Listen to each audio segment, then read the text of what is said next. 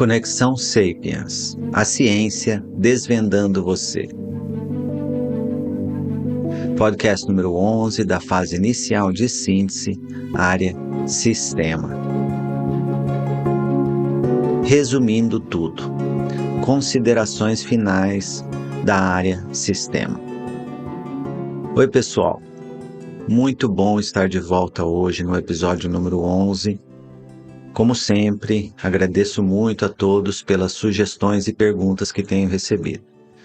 No final deste episódio de hoje, eu farei uma descrição resumida sobre a minha experiência como médico e cientista e deixarei esta descrição no final de todos os episódios a partir de agora, para caso você queira entender um pouco mais a respeito da minha experiência de pesquisador e cientista, você pode ouvir até o final.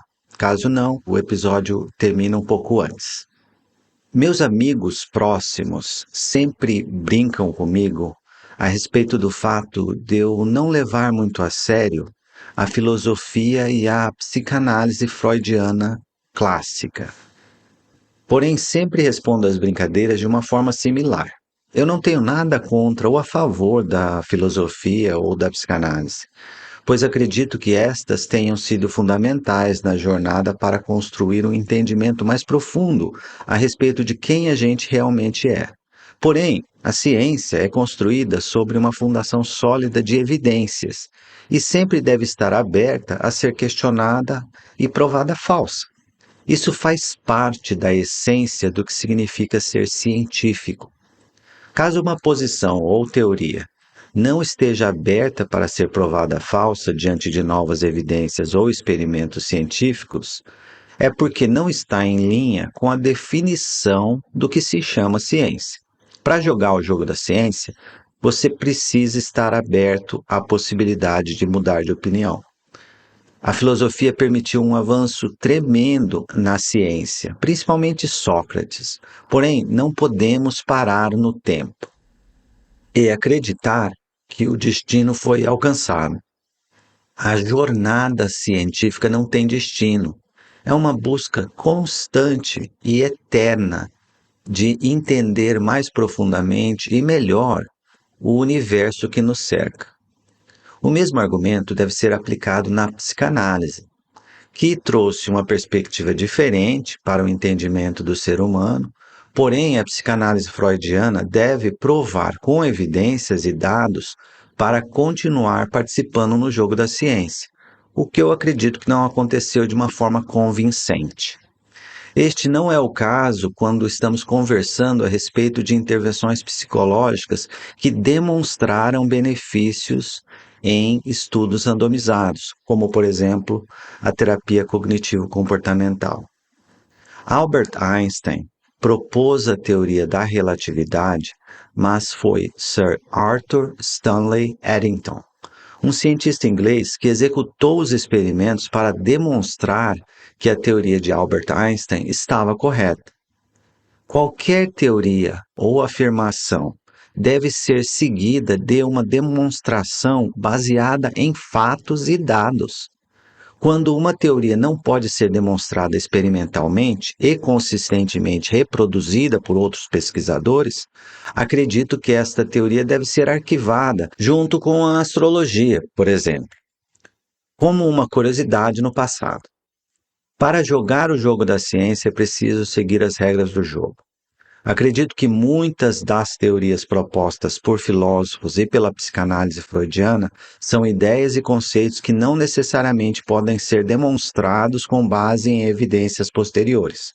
Portanto, têm valor histórico, mas não científico. Para documentar uma relação de causa e efeito, é necessário estudos epidemiológicos significativos com um número adequado de pacientes e um período de observação. Para poder afirmar que uma determinada intervenção é efetiva, o padrão ouro deve ser um estudo randomizado e controlado. Portanto, acredito que, quando Freud afirma que uma série de comportamentos observados hoje em uma pessoa são causados por um trauma específico no passado, é uma opinião interessante. porém necessita confirmação em estudos científicos sistemáticos. Sempre tento imaginar o experimento necessário para provar de uma forma consistente o impacto de um único evento, um trauma, por exemplo, em um sistema complexo. Sempre chego a uma conclusão similar.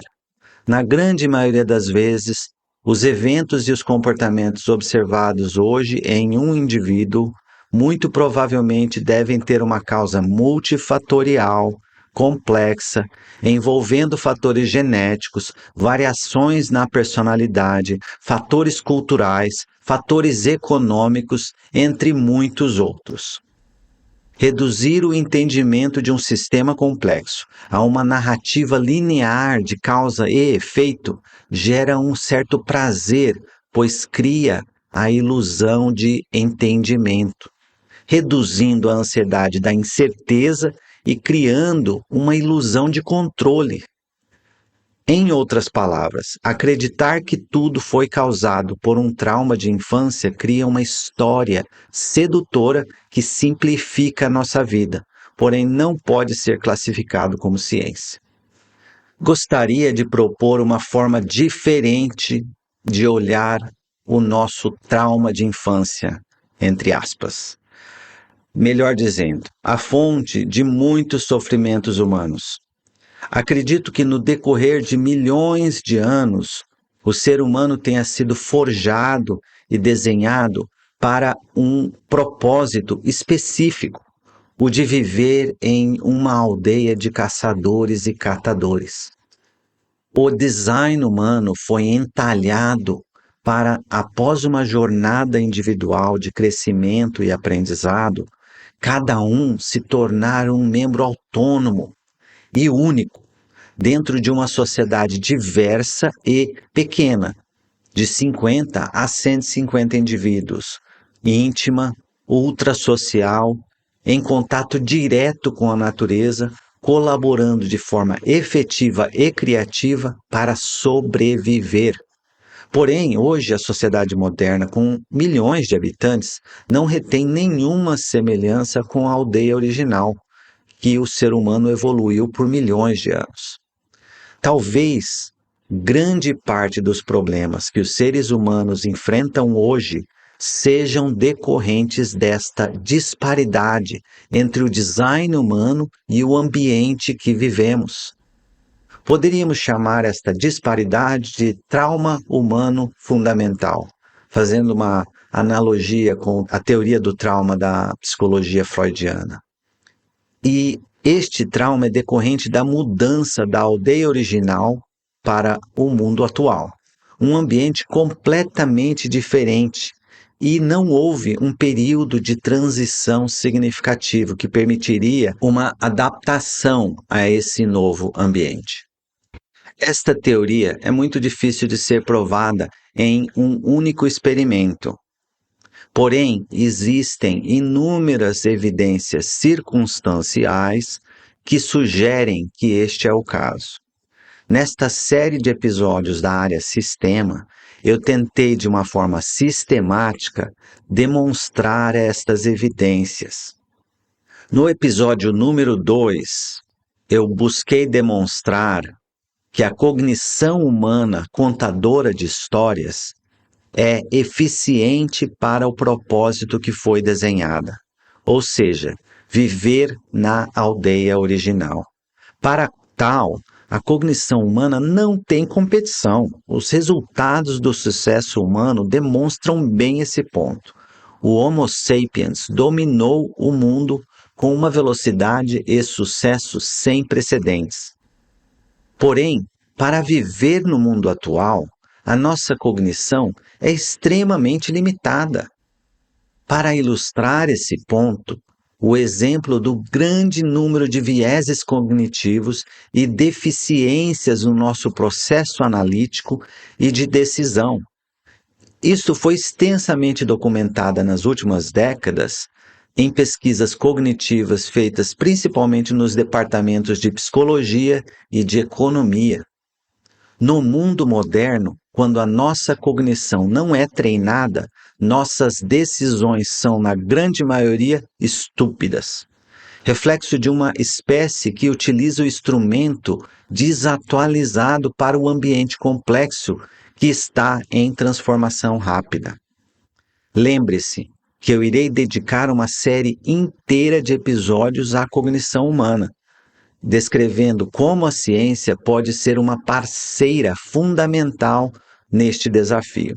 Porém, convém enfatizar que utilizar a ciência e a metodologia científica para pensar não é natural e nem é possível sem treinamento. A cognição humana natural está muito mal adaptada à vida moderna, pois esta, no geral, é ignorante, enviesada, confiante demais e viciada em histórias simples de causa e efeito. No episódio número 3, eu busco argumentar que, dentro da aldeia original, em uma comunidade pequena, com intimidade grande, os relacionamentos são profundos e de longo tempo. As amizades de infância e o convívio íntimo diário acontecem naturalmente. A colaboração ocorre diariamente em atividades das quais a nossa sobrevivência depende. O design humano tem uma série de mecanismos e comportamentos que criam, neste contexto, uma sociedade predominantemente moral. Esta aldeia buscará continuamente identificar e punir parasitas e caronas, premiando a colaboração e a generosidade. Dentro dessa aldeia original, não há necessidade de uma constituição, de polícia, de mecanismos da sociedade para monitorar a ética da aldeia. Isto acontece naturalmente dentro deste ambiente original. O desenvolvimento de uma cognição moral era natural e fundamental para a sobrevivência da aldeia. Neste contexto, o design e a cognição moral humanas funcionam bem. Porém, hoje, em uma sociedade moderna com relacionamentos superficiais e colaboração pobre, frequentemente observamos uma cognição moral medíocre. A longo prazo, uma cognição moral individual pobre causa a deterioração da qualidade da pró-socialidade da rede social na qual este indivíduo está inserido. Isso também traz um impacto a longo prazo em relação ao risco do desespero humano, aumentando o risco de isolamento social, suicídio, dependência de álcool e drogas e depressão. A qualidade da cognição moral mediana hoje em dia é medíocre. No episódio número 4, eu defendo a ideia de que o objetivo da evolução humana foi primordialmente desenhar uma espécie ultrasocial e diversificada para criar um alto nível de colaboração criativa e altamente adaptável, sem precedentes nos anais da Terra. A colaboração foi o ingrediente mais fundamental do sucesso da raça humana. Porém, novamente, o nosso design busca criar uma estrutura de colaboração baseada na aldeia original, não na sociedade moderna. Novamente, observamos evidências que a qualidade da colaboração humana deteriorou profundamente, e o sucesso social e individual depende da qualidade da colaboração. Repetindo o que já mencionei anteriormente, desenvolver a habilidade de estabelecer colaborações positivas e produtivas tem um efeito sistêmico amplo, tanto na vida profissional como na vida pessoal. Na vida profissional, permitirá o trabalho em time e colaborações mais produtivas, parcerias mais profundas e alianças políticas. Na vida pessoal, a habilidade de colaboração permitirá a formação de conexões sociais mais profundas e produtivas com as pessoas da sua rede social. Porém, convém enfatizar que a habilidade mediana de colaboração hoje é muito baixa. No episódio número 5, busco trazer um novo conceito, o halo-cuidado. Este conceito expande a ideia do cuidado alomaterno, que evoluiu da pedra fundamental dos mamíferos, da socialidade dos mamíferos, que é a relação da mãe com a prole. Em seres humanos, o relacionamento entre a mãe e o bebê é a fundação na qual a evolução construiu os relacionamentos subsequentes, reutilizando o amor original em outros relacionamentos, o que permitiu uma rede social mais profunda entre os membros da sociedade humana. Uma das principais diferenças entre os primatas é que o ser humano começou a trabalhar em time na hora de cuidar um do outro, ao invés de deixar toda a responsabilidade para a mãe. Não consigo imaginar uma sociedade ultrasocial com o nível de sofisticação que o ser humano tem sem o amor e a amizade. Estes ingredientes são fundamentais na espécie humana. Porém, a sociedade moderna, hoje, não propicia as condições para que todos trabalhem em time e cuidem um dos outros. A ilusão de que pensar em si próprio irá trazer felicidade e significado reflete a miopia diante do entendimento do design humano. O egocentrismo reflete a falta de um entendimento profundo na nossa natureza. Cada um seria muito mais feliz se descobrisse e expandisse o instinto materno que existe em cada um de nós, cultivando uma preocupação genuína com o bem-estar de todos, abrindo espaço para criar uma rede social mais cheia de amor e amizade. Porém, na vida moderna, os incentivos estão direcionando as pessoas para cada vez mais olhar para o próprio umbigo. No episódio 9, sobre consciência corporal, eu descrevo o racional para a necessidade humana de construir uma intimidade profunda entre mente e corpo. A consciência corporal traz inúmeros benefícios e considero uma das intervenções mais importantes entre as recomendações que farei neste podcast Conexão Sapiens. A consciência corporal está na intersecção de inúmeros aspectos diferentes e básicos no caminho para uma vida plena. Observando populações com alto nível de felicidade e bem-estar, a atividade física e um contínuo contato com o próprio corpo é com certeza um ponto comum. Irei aprofundar a discussão sobre consciência corporal e cognição emocional posteriormente, porém, alguns pontos vale destacar. Aumentar a consciência corporal irá melhorar a saúde física, refinar a cognição emocional, reduzir a ansiedade e a depressão, melhorar a atenção, consolidar a identidade pessoal, entre muitos outros benefícios. No episódio 10, discuto o papel da espiritualidade e da prática religiosa no equilíbrio sistêmico. Devido à presença universal da religião e da espiritualidade nas culturas humanas, busquei responder a duas perguntas. Primeiro, há benefício individual a longo prazo de uma prática religiosa e ou espiritual? E a resposta é sim. Há evidências científicas suficientes para demonstrar que, para uma parcela significativa das pessoas, a prática religiosa e ou espiritual pode aumentar o senso de coerência, melhorar a qualidade da socialidade, diminuindo o risco de isolamento social e depressão. Também há evidências demonstrando ser benéfica para pacientes com doenças graves, incluindo o câncer. A segunda pergunta que busquei responder neste episódio foi: a prática religiosa e ou espiritual é necessária para você chegar no final da vida com uma vida plena? E a resposta é não. A prática religiosa e espiritual não é absolutamente necessária para todas as pessoas. Portanto, acredito que uma parcela significativa da população, a prática de uma religião ou de uma espiritualidade, será fundamental. Para o restante da população, ela pode ser algo com alguma importância, uma importância marginal ou irrelevante. A resposta à pergunta de qual o papel que a espiritualidade e a religião terá na sua vida é uma resposta individual e não tem uma resposta errada. Qualquer resposta pode estar certa para você. Depende de você responder essa pergunta e eu acredito que seja importante.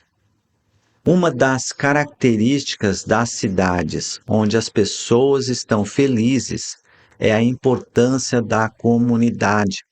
Caso você queira ler mais a respeito deste fenômeno, explore as informações relacionadas à Blue Zone, por exemplo, em cidades como Okinawa, no Japão, Icária, na Grécia, ou Sardenha, na Itália.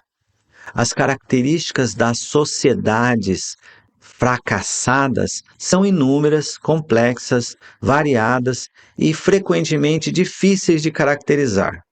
Ou seja, tem muito jeito de fazer as coisas erradas. Porém, as características dos lugares em que as pessoas estão com saúde e felizes são muito similares. Uma vida ética, colaboração mútua, uma dieta saudável, uma comunidade próxima, íntima, amigos de longo prazo, pares românticos, família, convívio social frequente. Características estas que são similares à aldeia original, que a gente já discutiu bastante. E foi nesta aldeia que o ser humano evoluiu por milhões de anos. Estas condições são as características que o nosso design humano original se adapta da forma mais natural.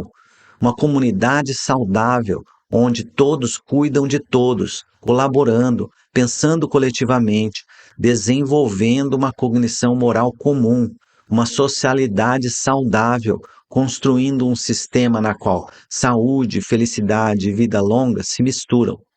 Há muitos caminhos para fazer burradas, mas a ciência aponta para alguns poucos caminhos que realmente fazem a diferença na jornada para uma vida plena. O trauma fundamental é ser uma espécie desenhada durante milhões de anos para viver em um ambiente específico de forma íntima com um número relativamente pequeno de pessoas. Porém, o sucesso humano nos trouxe problemas que não poderíamos ter previsto, pois sem muito tempo para adaptação, a humanidade foi jogada dentro de um ambiente completamente diferente, que se transforma numa velocidade estonteante. É muito difícil resistir ao impulso natural da nossa cognição de tentar reduzir a complexidade do problema a uma história simples, se posicionando como a vítima e procurando um vilão para culpar. Quando a gente olha os problemas que o ser humano enfrenta hoje em dia, a história deixa a nossa mente mais tranquila, pois uma narrativa simples de causa e efeito permite a ilusão de entendimento, diminuindo a ambiguidade e a incerteza. Porém, eu gostaria de argumentar que o problema é um pouco mais complexo. A humanidade é vítima de uma situação sem precedentes, na qual nossa vida seria muito mais simples e estável caso ela estivesse em linha com os princípios mais fundamentais do design humano, em um ambiente similar à aldeia original. Porém, isto não é possível. A humanidade está em um mundo complexo e em transformação, para o qual o ser humano não foi desenhado. E viver neste mundo é o nosso desafio atual. Compreender os aprendizados da ciência sobre o design humano permite entender os princípios mais fundamentais da natureza humana e informar as suas decisões na direção que deveríamos seguir para uma jornada de sucesso em direção à vida plena. A ciência pode sim nos informar a direção. Portanto, acredito que a mudança começa com cada um de nós, e minha recomendação para atingir um equilíbrio sistêmico pode ser resumido em 4 pontos. Primeiro ponto: Reconheça a sua ignorância e a limitação cognitiva, abraçando a ciência como instrumento para entender este mundo complexo. Segundo, aprenda e implemente os princípios mais fundamentais da pró-socialidade humana: colaboração, desenvolver e aplicar a sua sabedoria, ou seja, desenvolver e aplicar a sua cognição moral, e cultivar o instinto materno que existe em cada um de nós para buscar um equilíbrio entre o halo e o autocuidado. Terceiro, incorpore o hábito de aumentar a sua consciência corporal, construindo uma intimidade profunda entre a sua mente e o seu corpo. Quarto, embarque na jornada individual, pessoal, que será necessária para você responder à pergunta: qual o papel que o divino e a espiritualidade terão na minha vida? Estas são as 4 recomendações relacionadas à área sistema. Irei fazer recomendações específicas em cada uma das 4 áreas, e estas recomendações serão complementares umas às outras. As boas notícias é que a ciência está aprendendo muito rápido. Porém, as más notícias é que, na grande maioria das vezes, a autoavaliação é extremamente enviesada. Portanto, o episódio de hoje somente é um passo inicial em uma jornada longa. Este é o episódio final de conclusão da área sistema. Irei lançar o primeiro episódio da área socialidade a seguir e começarei a discutir a ciência por trás da ultrasocialidade humana. Discutirei pontos como as consequências do isolamento social, as características mais fundamentais da amizade, do amor romântico, as características de relações sociais saudáveis, o que é uma rede social saudável, entre muitos outros pontos que descrevem a socialidade humana. Por favor, me enviem sugestões, críticas construtivas e perguntas. Para concluir, caso você ache que este é um assunto que vale a pena, me siga no Instagram, @caudeconexãosapiens, e por favor espalhe essa notícia. Tem um novo podcast, Conexão Sapiens, a ciência desvendando você. Um grande abraço do Caude. Meu nome é Caude Abdala, sou médico e tenho experiência de clínica de atender pacientes de mais de uma década, trabalhando principalmente no Hospital Sírio-Libanês, em São Paulo, e no Hospital das Clínicas da Faculdade de Medicina da Universidade de São Paulo. Eu me formei na Universidade Estadual de Londrina e fiz residência no Hospital das Clínicas da Faculdade de Medicina da USP, e meu doutorado também foi na FMUSP. Fiz o meu pós-doutorado no Hospital Brigham and Women's da Faculdade de Medicina da Universidade de Harvard, em Boston. Faz 24 anos que eu faço pesquisa e desenvolvimento de novos tratamentos para o câncer, com inúmeras publicações científicas. 17 anos atrás, eu mudei para os Estados Unidos e, na minha carreira dentro da indústria farmacêutica, trabalhei em várias grandes indústrias, como a Merck, a Sanofi, a AstraZeneca e a Bristol Myers Squibb. O ápice da minha carreira como executivo da indústria farmacêutica foi a posição de Senior Vice President, chefe mundial da oncologia médica de uma dessas grandes indústrias, liderando centenas de ensaios clínicos e um orçamento anual de 1,2 bilhões de reais. Como executivo da indústria farmacêutica, eu fui pioneiro no desenvolvimento da imunoterapia em câncer, membro do time que desenvolveu e lançou o primeiro medicamento de imunoterapia que demonstrou o aumento da sobrevida. Eu estive envolvido no desenvolvimento e lançamento de 7 novos medicamentos oncológicos, que hoje são utilizados em mais de uma dúzia de tumores e em várias dezenas de indicações diferentes. A imunoterapia no câncer foi uma das causas que pela primeira vez na história houve uma redução da mortalidade do câncer, e foi o racional do Prêmio Nobel de Medicina de 2018 que o professor James Allison recebeu. Eu trabalhei diretamente com o professor James Allison durante o desenvolvimento da primeira imunoterapia que demonstrou benefício de sobrevida num estudo randomizado. Também fui membro do National Cancer Policy Forum, um grupo que faz parte da Academia Nacional de Ciências dos Estados Unidos e aconselha políticas relacionadas ao câncer. Também participei no board da Sociedade Norte-Americana de Imunoterapia em Câncer, entre várias outras sociedades médicas dos Estados Unidos e da Europa.